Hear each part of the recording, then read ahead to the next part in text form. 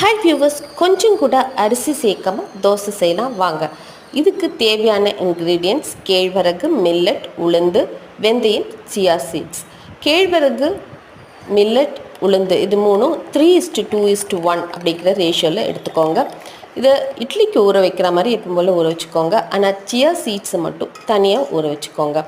நம்ம மிக்சிலேயோ இல்லை கிரைண்டர்லேயோ அரைச்சி எடுத்துக்கலாம். எப்படி தோசைக்கு அரைக்கிறோமோ அதே மாதிரி அரைச்சிக்கோங்க.